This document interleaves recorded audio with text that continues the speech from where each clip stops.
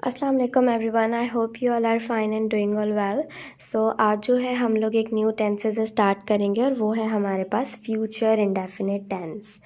Future indefinite tense जो होता है वो हमारे इसके नाम से ही पता चल रहा है कि हम लोग जब फ्यूचर की बात करने वाले हों तब उन सेंटेंसेस के लिए हम लोग फ्यूचर इंडेफिनिट टेंस का इस्तेमाल करते हैं।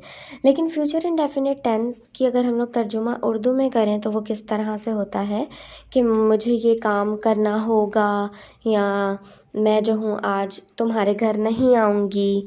और अगर आप ये बोलेंगे कि मैं आज तुम्हारे घर नहीं आ सकूँगी, सो सकूँगी जो है वो एक मॉडल वर्ब है, और I have thought to you कि विच मॉडल वर्ब हम लोग यूज़ करते हैं for using such sort of sentences. ठीक है, वो will be able to use होता है, वो मैंने वीडियो ऑलरेडी बनाई हुई है, so you can go and check that out as well.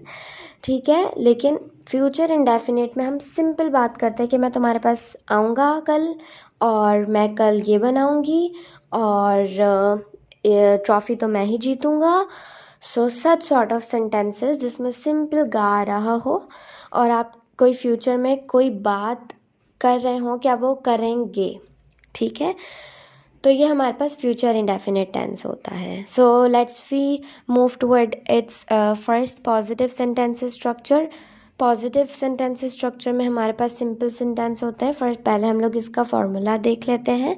सबसे पहले आप लोग सब्जेक्ट लगाएंगे, देन प्लस विल लगाएंगे, देन वर्ब की first form and then object. ठीक है, सो सब्जेक्ट हम लोग को पता है जो भी कोई काम करने वाला होता है, और वर्ब आपका एक्शन होता है, एंड ऑब्जेक्ट इज़ योर जिस पे काम किया जा रहा हो। Object is the verb on which something is being done by the subject. ठीक है, सो सेंटेंसेस की कुछ एग्जाम्पल देख लेते हैं हम लोग। दे will purchase a new home, वो लोग जो हैं एक नया घर ख़रीदेंगे। ठीक है, सो सिंपल हम लोग बात कर रहे थे कि वो लोग अपना नया घर ख़रीदेंगे, सो सिमिलरली हम लोगों ने विल लगा दिया। ठीक है, सो दे जो है वो आपका सब्जेक्ट है। और अच्छा, यहाँ पर कोई ऐसी चीज़ नहीं है कि इफ़ अगर you are using singular subject तो फिर विल लगेगा, या अगर विल नहीं लगेगा तो फिर क्या लगेगा। विद प्लूरल और सिंगुलर बोथ के साथ आप विल लगाएंगे। ठीक है, so they is your subject, then will आएगा फॉर्मूले के मुताबिक, देन वर्ब की first form. Remember this thing कि you will always apply first form of the verb when you are using the sentence of future indefinite. ठीक है, then object आएगा आपका सारा। A new home, they will purchase a new home, वो एक नया घर ख़रीदेंगे। She will find a job on internet today, वो आज इंटरनेट पर जॉब ढूंढ लेगी। ठीक है, she is your subject, will फॉर्मूले का है, find is the first form of the verb, and a job on internet today is the whole object. ठीक है, ऑब्जेक्ट में फिर हमारे पास काफ़ी चीज़ें आ जाती हैं। कभी आप प्रिपोजिशन के साथ इस्तेमाल करते हो, ठीक है, कभी आप आर्टिकल्स इस्तेमाल करते हो, जैसे आर्टिकल आ एंड द होते हैं हमारे पास, और प्रिपोजिशन जैसे इन और अंडर। ठीक है, if you are getting confused in what are prepositions, so I can make another whole video for that too. ठीक है, so must tell me in the comment section below. Okay, so the third example is before her mother come home, she will come home. इससे पहले कि उसकी अम्मी घर आए, वो घर आ जाएगी। ठीक है, she will argue with her mother, with her brother, वो अपने भाई के साथ आर्ग्यू करेगी। Amjad will feel jealous by his co-worker, Amjad जो है वो जेलस फील करेगा अपने कोवर्कर से। ठीक है, so next what we have the negative sentence structure. Negative sentence structure हमारे पास क्या होता है, जिसमें सिंपल नॉट आ जाता है after the will. You have nothing to do in the negative sentence structure, just आपको आफ्टर द विल नॉट लगाना होता है। ठीक है, सो जैसे कि अब हमारे पास एग्जाम्पल अगर देख लें, सब में नॉट लगा हुआ होगा। जैसे they will not purchase a new home, वो एक नया घर नहीं खरीदेंगे। She will not find a job on internet today, वो आज इंटरनेट पे नई जॉब नहीं ढूंढेगी।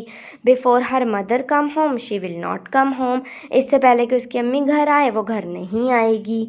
She will not argue with her brother, वो अपने भाई के साथ आर्ग्यू नहीं करेगी।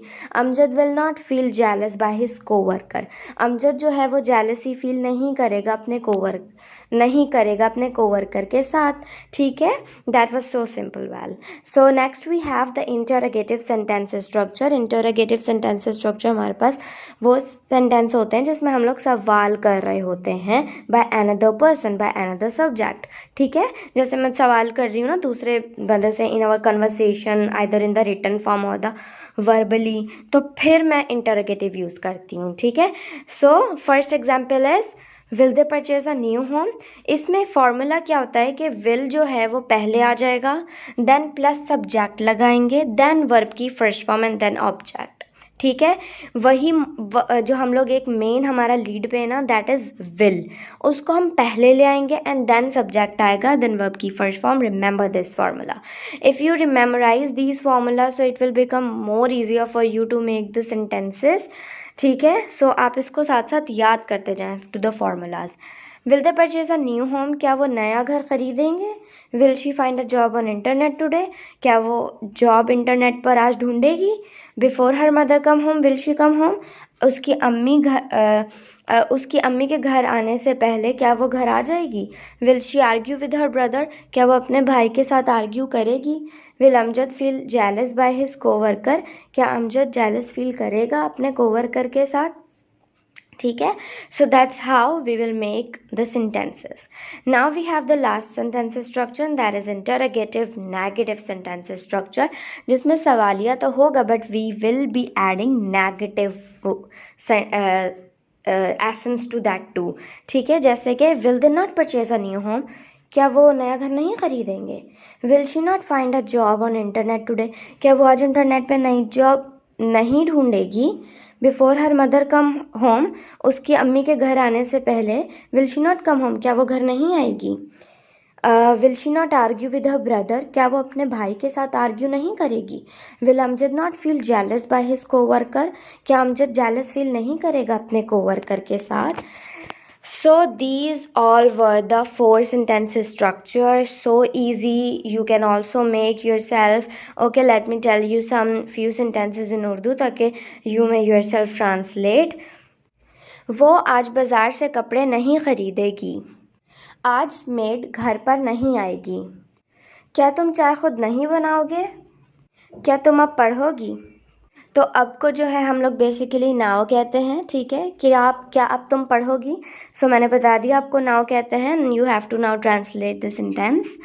ओके, ठीक है, आप लोग को ये सेंटेंसेस ट्रांसलेट करने हैं। अगर तो एक एक सेंटेंस जो मैंने आपको बताया है, अगर तो आप चाहें तो आप उसके 4-4 बना लें खुद ही से, और अगर तो आप चाहें आप सिंगल सिंगल ही बनाएं जो कि मैंने अभी बताए हैं वर्बली। ठीक है, it will enhance your writing power, it will enhance your creativity power. ठीक है, so try to do the assignments, so try to do the homework which I assign you. Okay, the last thing is that you have to make 10 sentences of each structure and the total sentences will be 40. So I hope you have got